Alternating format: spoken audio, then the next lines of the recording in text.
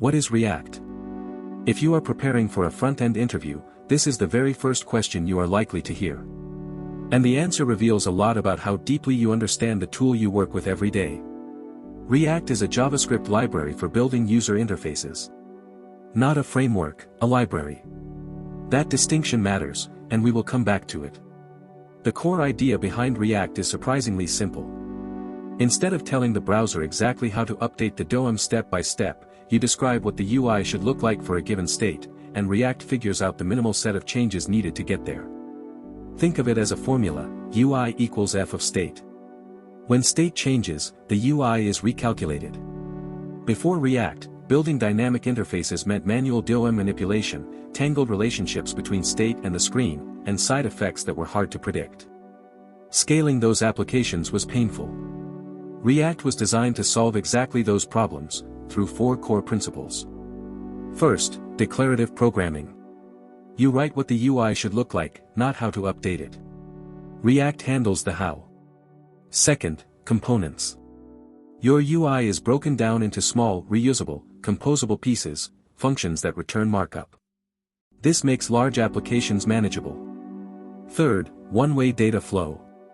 Data travels in one direction, state produces the UI, user events update the state, which produces a new UI.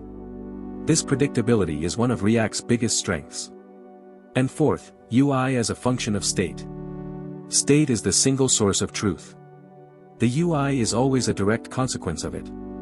Under the hood, when state changes, React runs a render phase, pure JavaScript, no DOM access, then compares the new virtual tree to the previous one in a step called reconciliation, and finally commits only the necessary changes to the real DOM. The render phase can be interrupted and restarted. The commit phase is atomic. This is made possible by React's fiber architecture. Now, and this is important, React is deliberately narrow in scope. It does not include routing, global state management, server-side rendering, HTTP clients, or build tooling. It focuses exclusively on the UI layer. Everything else comes from the ecosystem, React Router, Redux, Zustand, React Query, Next.js, and so on. This is both a strength and a weakness. You get flexibility and can compose exactly the stack you need. But you also carry the cognitive load of making those decisions, and a poorly chosen architecture can hurt you later. React works best for complex, long-lived, interactive applications, single-page applications, enterprise products, fintech dashboards, SaaS platforms. For a simple landing page or a small CRUD app with no expected growth, it might be overkill. So how do you say all of this in an interview, in 30 seconds?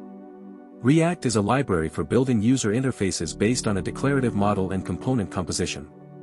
It focuses on the UI layer and provides a reconciliation mechanism for updating the interface, without enforcing any particular application architecture. One more mental model worth holding on to, React is a state renderer. You give it state, it gives you a UI.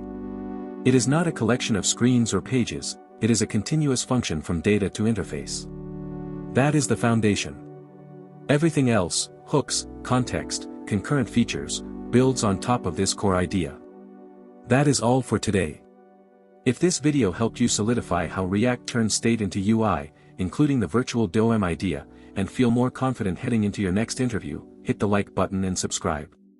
If you want to be able to explain React like this in an interview, check the link below. A new React deep dive drops every week. See you in the next one. Bye bye.